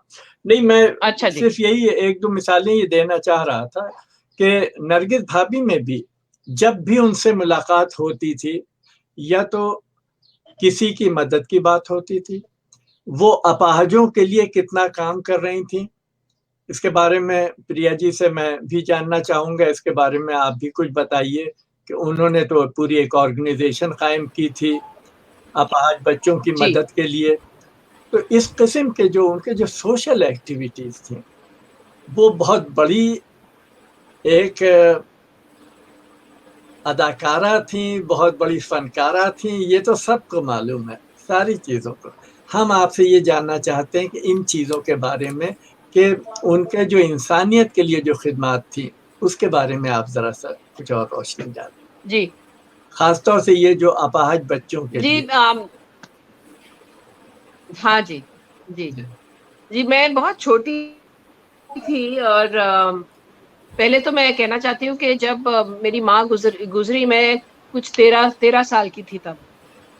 लेकिन उसके पहले जो कुछ भी मैंने उनके बारे में मैंने देखा उनको, वो हमेशा लोगों के लिए काम करती थी। अपाहिज बच्चे हों, ब्लाइंड हों, या बहुत ज़रूरतमंद लोगों के लिए काम करती थी। और इसी तरह से यहाँ जो पहला स्पेशल स्कूल बना, वो उनकी फाउंडर थी। स्पैस्टिक सोसाइटी ऑफ इंडिया था, जहाँ पहली स्पेशल स्कूल स्पैस्टिक बच्चों के लिए बनी थी। और उन्होंने, एक पेरेंट आई थी अपने बच्चे के साथ लंदन से, और उन्होंने ये देखा कि यहाँ हिंदुस्तान में ऐसी कोई जगह नहीं है जहाँ वो अपनी बेटी को पढ़ाई के लिए डाल सके। और उन्होंने मेरी माँ को अप्रोच किया श्रीमती इंदिरा गांधी के थ्रू, कि हम चाहते हैं कि एक स्कूल बने स्पेशल बच्चों के लिए। और इसी तरह मेरी माँ और मिसेस मीठू आलूर ने ये स्पैस्टिक सोसाइटी ऑफ इंडिया की शुरुआत की। तो इसी तरह उनका काम हमेशा इन बच्चों के साथ रहा। ब्लाइंड एसोसिएशन के साथ भी उन्होंने बहुत काम किया, तो मैं हमेशा यही देखती रहती थी। तब मुझे ये जानकारी भी नहीं थी कि वो कितनी बड़ी एक्ट्रेस थी। मैं बहुत छोटी थी, तो मुझे ये पता भी नहीं चलता था कि वो नरगिस थी जो इतनी बड़ी स्टार रही हैं। और वो मेरे लिए हमेशा एक माँ थी, मेरे साथ स्कूल जाती थी, मुझे स्कूल से पिकअप करती थी फंक्शंस में। तो इसी नजरिए से मैंने उनको देखा। मुझे बहुत बहुत समय के बाद, उनके गुजर जाने के बाद, जब मैं थोड़ी बड़ी 16-17 साल की हुई, कि मुझे ये महसूस होने लगा जब मैं उनके बारे में पढ़ने लगी कि वो कितनी बड़ी स्टार रही हैं। और इसी समय नफीसा मैं गई थी अमेरिका टेलीविजन प्रोडक्शन पढ़ने के लिए, फिल्म मेकिंग पढ़ने के लिए। और जब मैं वहां से आई, मैंने कहा कि मैं जो पहली फिल्म बनाऊंगी मेरी माँ के ऊपर बनाऊंगी। और मुझे ये अपॉर्चुनिटी फिल्म्स डिवीजन से मिली, क्योंकि वो एक डॉक्यूमेंट्री बनाना चाह रहे थे उनके लाइफ पर। और मेरे लिए भी एक मैं समझती हूँ, I would say that I got to know my mother through the process of making that film, क्योंकि मुझे बहुत सारा रिसर्च करना पड़ा। मैं उनके एक्टिंग करियर के बारे में कुछ नहीं जानती थी, मैं उनके जिंदगी के बारे में नहीं जानती थी शादी के पहले।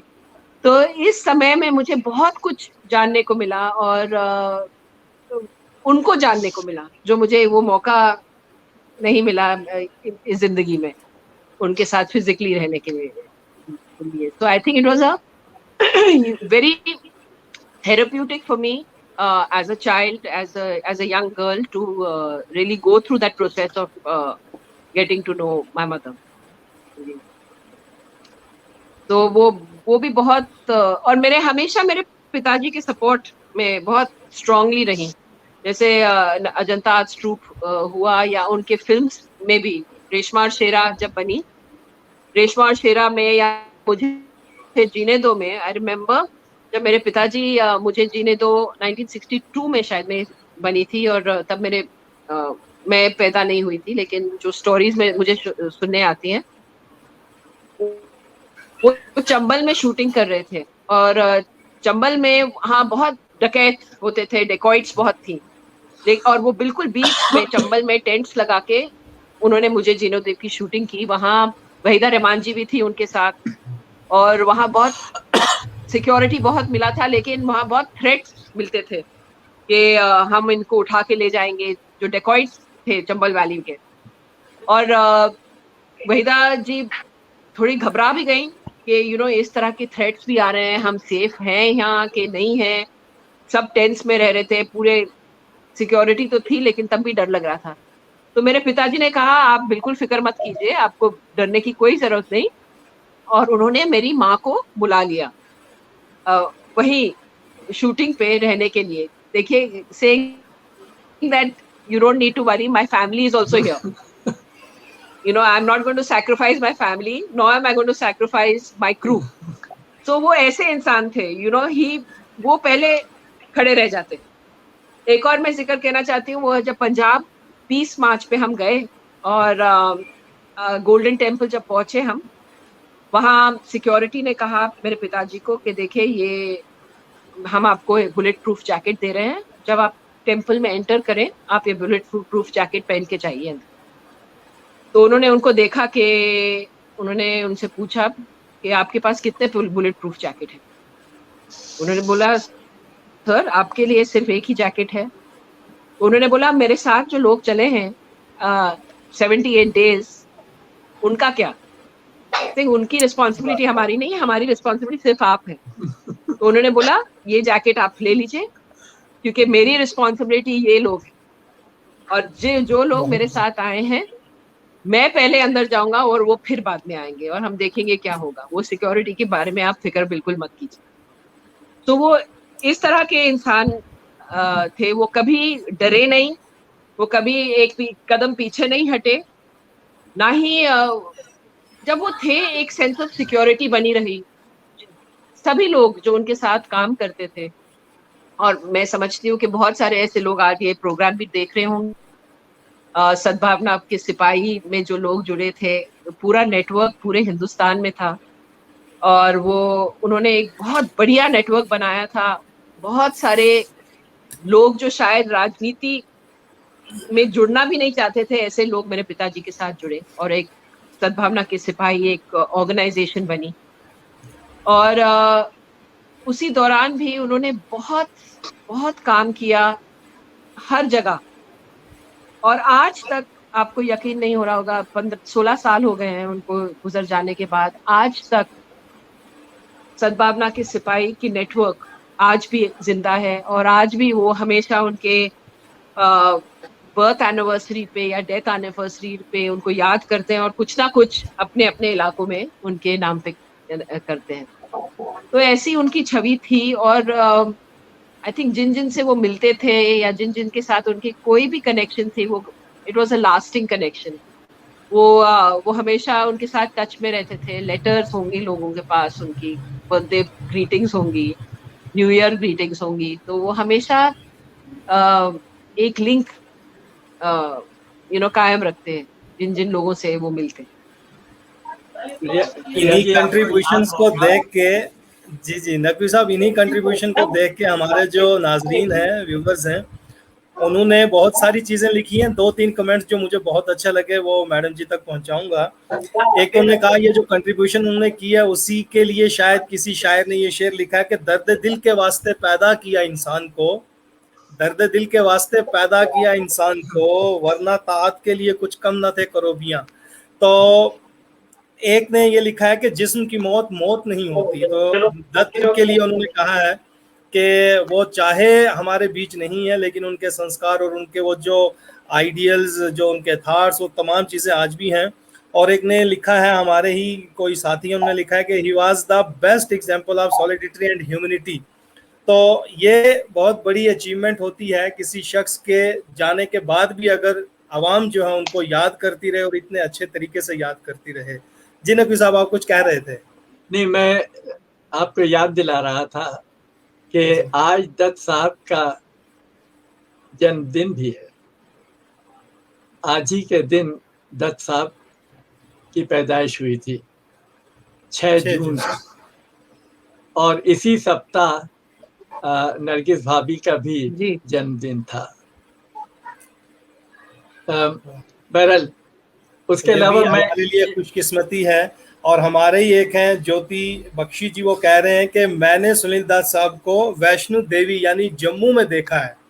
तो ये भी उनकी मोहब्बतें हैं, यानी वो जम्मू है, कश्मीर में है, जहाँ कहीं भी हैं तो आज भी उनको लोग याद कर रहे हैं। किसी ने लिखा है कि मैंने 3 बार उनको देखा है, किसी ने लिखा है कि मैंने उनसे कई बार मुलाकात की है। कुछ लोग उनकी फिल्में याद कर रहे हैं, कुछ लोग उनके डायलॉग्स यहाँ कोट कर रहे हैं। तो ये बहुत बड़ी, मैं कहूँगा कि उनकी अचीवमेंट है। मैं इरफान भाई एक बात कहूँ, अगर आप बोल लें, मुझे याद आ गया था। जी बोले आप। जी, ये मैं तस्करा कर रहा था कि मैडम भी मौजूद हैं तो नकवी साहब भी मौजूद हैं कि मेरे जहन में ख्याल एक आया था कि जैसे मैं अली खान साहब पे मैं काम करने वाला था उनकी जिंदगी पर। उनकी जिंदगी बड़ी अच्छी रही है और जो है बड़े जर्मन भी वो गए और जगह मैडम जानती हैं। बड़ी फिल्म स्टारों से बड़ी उनकी जो है बनती थी। उनके दादा के नाम से वो एक यूनिवर्सिटी बनाना चाहते थे, लेकिन बहरहाल वो मामला अलग रहा। मैं ये बता रहा हूँ मैडम कि मैंने अपनी थेसिस में, पीएचडी की थेसिस में सुनील दत्त साहब का जिक्र किया है। अभी मैं लिख रहा हूँ तो उनका जिक्र मैंने किया है आरिफ नकवी साहब के हवाले से। आरिफ नकवी साहब के हवाले से मैंने लिखा है। तो अब ये कोशिश मेरी, इरफान भाई, आप लोगों की अगर रही तो इरादा यही है कि दत्त साहब की जो चीजें मेरे पास हैं, हम सब मिल करके क्यों ना एक किताब उनके ऊपर मुरत्तब करें, जिसमें आपके भी कुछ ख्यालात हों, कुछ बातें हों। नकवी साहब से हमारे पास फोटोज भी बहुत है। नकवी साहब ने जो फोटोज डाली हैं, आपको मैं किताब भेजूंगा, आप देखिएगा मैगजीन पर, उसमें कई सुनील दत्त साहब की, नरगिस दत्त मैडम की भी जो है तस्वीरें हैं। तो अगर कोई इस तरह की किताब बने, मिसाल के तौर पर जैसे कि वो हिंदी में हो, उर्दू में हो या इंग्लिश में हो। प्रेम चोपड़ा की किताब मेरे पास मौजूद है जो इंग्लिश में उनकी बेटी ने की थी। तो इनका तो कैनवस बहुत वसी है, मैडम नरगिस मैडम का भी और सुनील दत्त साहब का भी। तो अगर आप इजाजत दें और ताउन करें और सारे लोग ताउन करें तो ये काम हो सकता है कि एक मबसूत किताब जो है एक बुक जो है दत्त साहब फैमिली पर एक किताब अगर आ जाए तो इसमें आपका ताउन हमें चाहिए। अगर इरफान आरिफ साहब इजाजत दें, नकवी साहब हमारा साथ दें, तो आप हमारी रहनुमाई करें तो बिल्कुल इंशाल्लाह इस बारे में हम काम कर सकते हैं। प्रिया दत्त जी हैं तो इनसे भी हम इनके व्यूज जो हैं उसमें शामिल कर सकते हैं।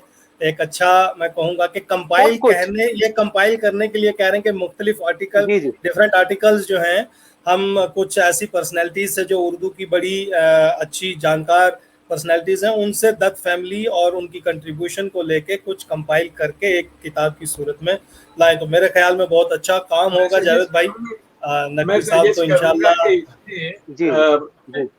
मैं सजेस्ट करूंगा कि इसमें सिर्फ उर्दू के लोग ही नहीं बल्कि उर्दू के बाहर के भी जो इम्पोर्टेंट लोग हैं, जो वाकई में दत्त साहब की जिंदगी को जिन लोगों ने देखा है, क्योंकि उनके बहुत पहलू थे।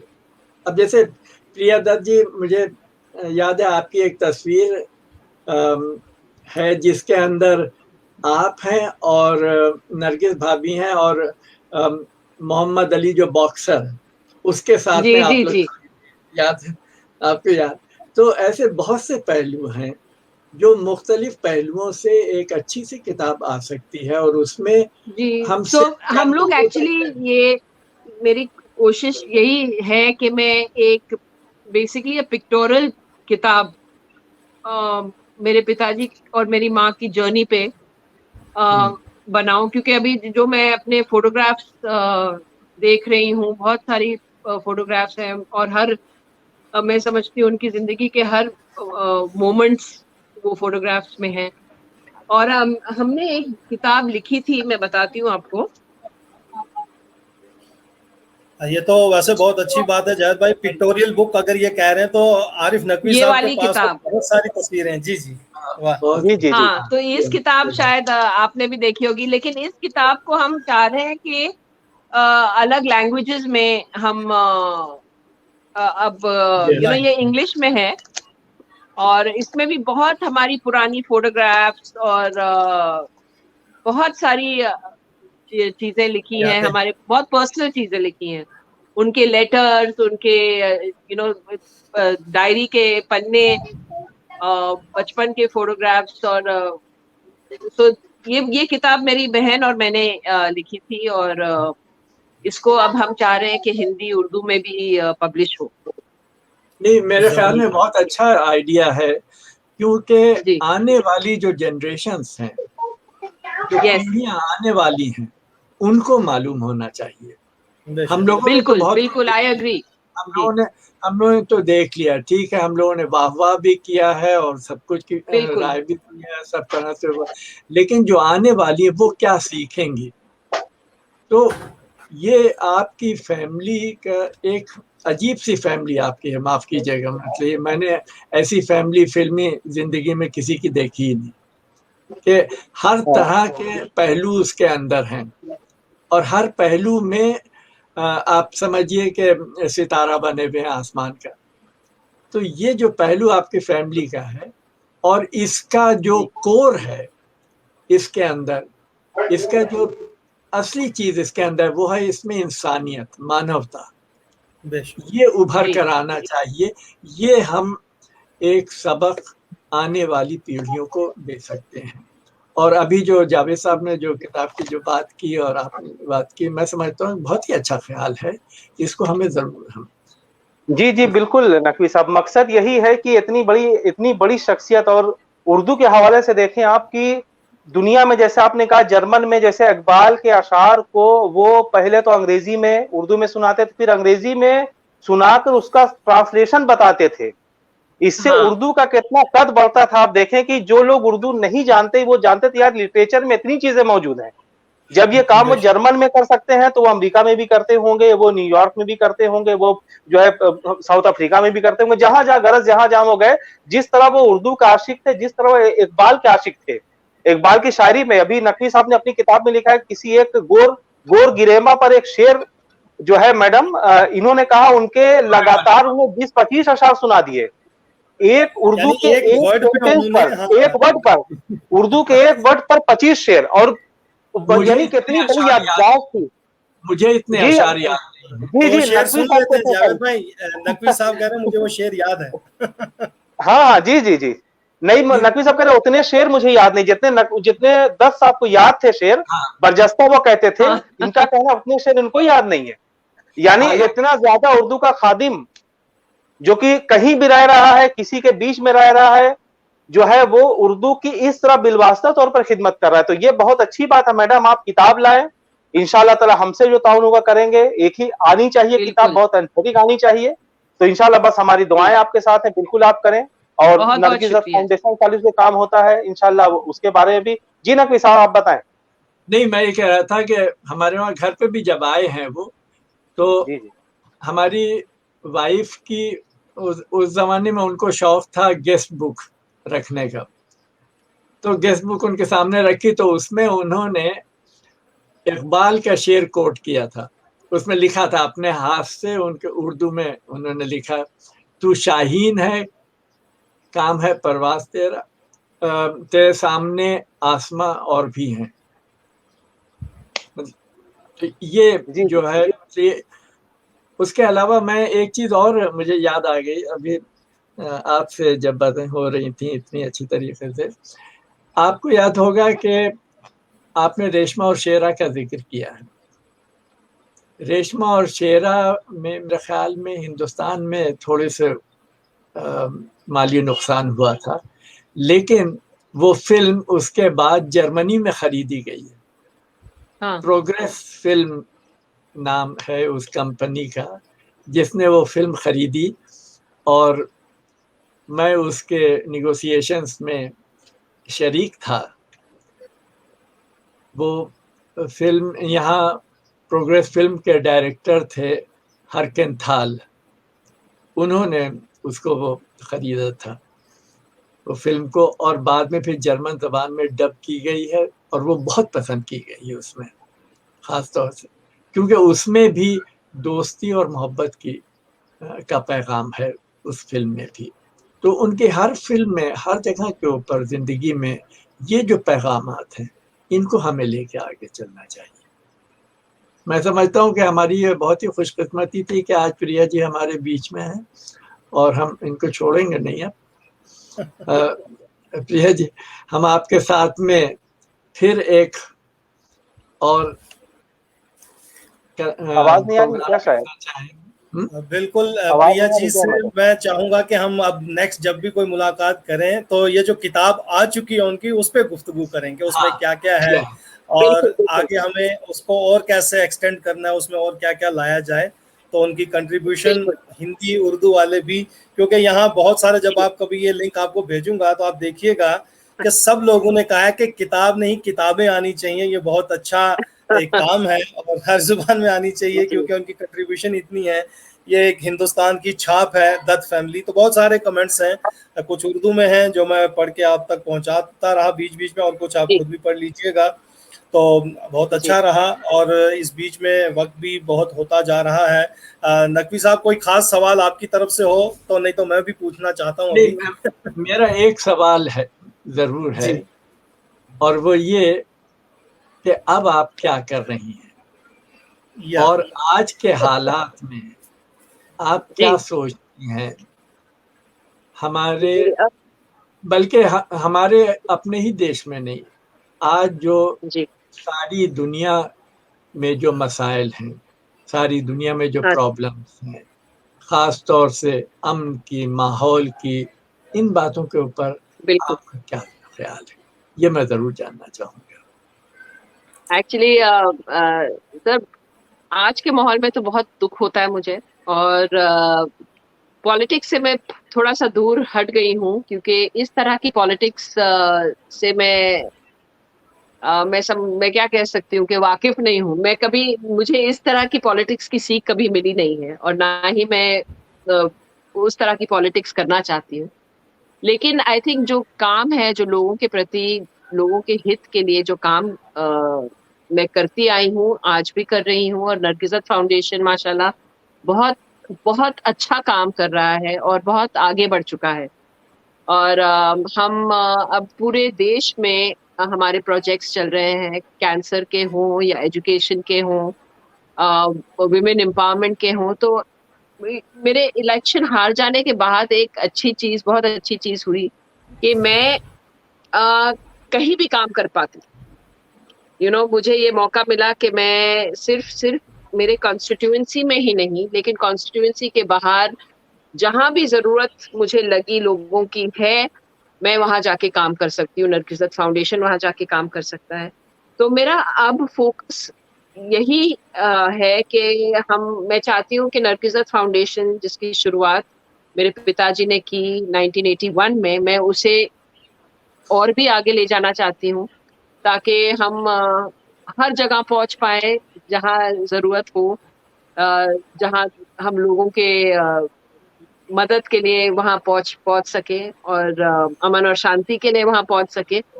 और मैं समझती हूँ कि जो कुछ भी विचार मेरे माँ और पिता के रहे हैं, नरगिसत फाउंडेशन के प्लेटफॉर्म के थ्रू हम उसे स्प्रेड कर सकते हैं। बहुत जी। जावेद भाई, आपका कोई सवाल हो? नहीं, बस हम तो दुआ करते हैं मैडम के लिए, फैमिली के लिए, कि जो एक रिवायत इनके वालिदैन ने जो शुरू की है, सुनील दत्त साहब, नरगिस दत्त साहब, नरगिस दत्त साहिबा, जिस काम को लेके चले, जिस इंसानियत के पैगाम को लेके चले, इसी में उन्होंने पूरी अपनी जिंदगी वक्फ कर दी। तो उनकी औलादे भी, प्रिया दत्त मैडम है, संजय दत्त जी हैं, और भी इनकी बहन है जो कुमार गौरव साहब की बीवी है शायद वो। तो मैं भी फिल्मों का बड़ा शौकीन रहा हूँ और बहुत पढ़ा है अपने बारे में मैडम। तो और फिल्में मैंने बहुत देखी हैं दत्त साहब की, मैं उनका फैन भी रहा हूँ। जाहिर सी बात है कि जो है उनके एक दो अदा मेरे बड़े वालिद साहब से मिलती थी, जो वो इस तरह करके जब बात करते थे, वो मेरे बड़ी वालिद साहब की, मुझे अक्सर लगता था मैं उनके अंदर अपने बड़े वालिद साहब का अक्स भी देखता था कभी कभी। बहरहाल ये सब बातें हैं। और सबसे बड़ी बात यह है कि 6 जून को जो उनका भी बर्थडे है, और आपकी दुआ से 6 जून को मेरा भी बर्थडे है। आज मेरा भी बर्थडे है, ये बड़ी मुनासिबत है। बहुत बहुत शुक्रिया, बहुत बहुत शुक्रिया। तो अब मेरे जहन में ये है इरफान भाई, अभी ख्याल है कि मैं तहरीक अदब जो हमारा रिसाला है मैडम, उर्दू में है हमारी मैगजीन, एक तो आपको मैं भेजता रहूंगा कुछ चीजें, जो जैसे कुछ जो उर्दू में लिखा है, आपके पास तहरीरी तौर पर भी होगा, डायरी का भी आपने जिक्र किया, तो अगर उसकी कुछ कॉपीज मुझे मिल जाती है, जीरोक्स वगैरह, तो इसको मैं बाकायदा उर्दू के एक अहम खादिम की हैसियत से मैं अपने रिसाले में, आपकी दुआ से वेबसाइट भी हमारी, मैं आपको लिंक भेज दूंगा, आप देख सकती हैं। अब 50 शुमारा निकल चुका है, 50वां इशू हमारा स्पेशल नंबर था आरिफ नकवी साहब पे, तो उसमें मैं देना चाहूंगा ताकि पूरी दुनिया जाने एक उर्दू का खादिम इस तरह भी उर्दू की खिदमत होती है। उर्दू जो जबान है, जो, और ये सबसे बड़ी चीज ये सबूत है सुनील दत्त साहब की, उर्दू मुसलमानों की जबान नहीं है जो बात कही जाती है, ये जो पैगाम दिया गया, दत्त साहब ने कभी नहीं कहा, दत्त साहब ने हमेशा वो किया और हमेशा शेर उन्होंने कहा। तो जबान किसी भी मजहब की नहीं होती। हिंदी के बहुत अच्छे लोग जो है मुसलमान में, संस्कृत जानने वाले बहुत अहम लोग हैं, हिंदी में जानने वाले बहुत अहम लोग हैं, बड़े बड़े शायर हैं, बड़े बड़े कवि हैं। तो ये पैगाम मैं देना चाहता हूँ दत्त साहब के हवाले से कि दत्त साहब की जो अहमियत थी अमन के लिए, शांति के लिए, एकता के लिए, अपने मुल्क के लिए, अपने देश के लिए, अपनी जबान के लिए और उर्दू जबान के लिए, जो कि उनकी जो है जाहिर सी बात है वो पाकिस्तान में पैदा हुए और चीजें नहीं। तो ये आप इसमें अगर आप ताउन कर सके तो मुझे बहुत खुशी होगी कि हम इस तरह से अपने एक उर्दू के आदमी का, एक उर्दू के शायदाई का हम जो है खराजे अकीदत उनको पेश कर सकेंगे, उनकी चीजों को जो है पूरी उर्दू दुनिया में पहुंचा सकेंगे। बस यही मुझे कहना।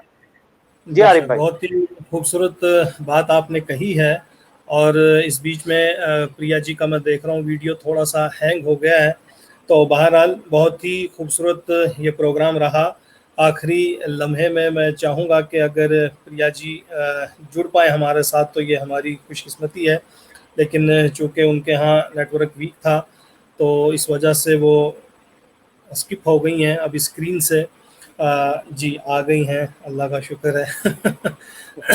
क्योंकि ये स्ट्रीम यार थोड़ा सा हैवी टूल है मैम, ये ना थोड़ा ज्यादा खाता है एमबी वगैरह, तो उस वजह से थोड़ा सा कहीं आपको दिक्कत हो रही है। जी, तो मैडम मैं यही अर्ज कर रहा था, शायद मैडम मेरी बात नहीं सुन पा रही भाई, मैं यही कह रहा था कि जो उर्दू के खुतूत है आपके दत्त साहब के, अगर उसकी जीरोक्स कॉपी वगैरह मिलती तो मेरा रिसाला जो है मैं आपको भेजूंगा, वेबसाइट भी है तहरीक अदब की, तो उसमें मैं उर्दू के एक शायदाई की हैसियत से वो चीजें मैं शामिल करूंगा ताकि पूरी दुनिया जाने कि दत्त साहब की जहां अमन, शांति, एकता के लिए उनका उनके सामने कोई बिला तफरीक मज़हब मिल्लत उन्होंने काम किया।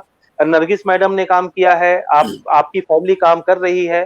तो उनके जो खुतूत है उनको मैं मैडम अपने जो है मैगजीन में शाया करना चाहूंगा, पब्लिश करना चाहूंगा, अगर आप इजाजत देंगे इंशाल्लाह। बस यही मेरी ख्वाहिश है कि हम अपने उर्दू के अहम खादिम का एतराफ कर सकें, उनकी जो है कोशिशों को हम सराहें। सारी दुनिया, कम से कम उर्दू दुनिया जो एक बहुत बड़ी दुनिया है, पूरी दुनिया में फैले हुए लोग, नई बस्तियां हैं अमेरिका में, कनाडा में, जो है नॉर्वे तक बस्ती जा चुकी, तो वहां ये पता लगे कि हमारा एक ऐसा उर्दू का शायदाई है जिसने की बहुत उर्दू की खिदमत की है सब जगह। तो इसमें मुझे आपका ताउन चाहिए। बहुत बहुत खूब।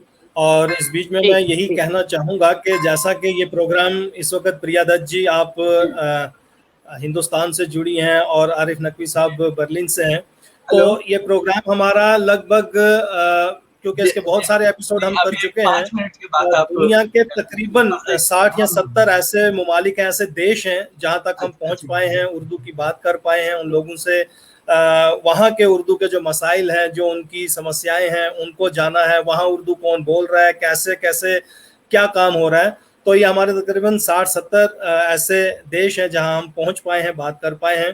तो आज हमें सच में बहुत अच्छा लगा आपसे बात करके, दत्त साहब के हवाले से बात की हमने, बहुत ही अच्छा लगा। उनकी पूरी कंट्रीब्यूशन को आज इस प्लेटफॉर्म से लोगों ने भी सराहा है।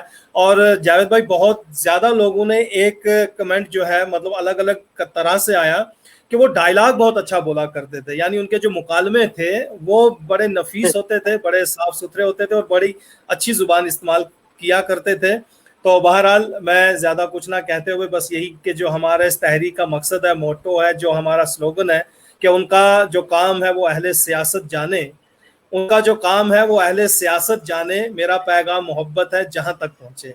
तो जाते जाते आप अपनी आवाम से, क्योंकि आपको स्पेशल एंथोनी है कोई, एंथोनी बेरेटो जी और 2-4 जिन्होंने नमस्ते मैम बहुत सारे लोगों ने स्पेशल आपके लिए कहा है। तो मैं चाहूंगा कि इस प्लेटफॉर्म से आप अपनी पब्लिक के लिए, हिंदुस्तानियों के लिए, उर्दू के चाहने वालों के लिए क्या पैगाम देना चाहेंगे?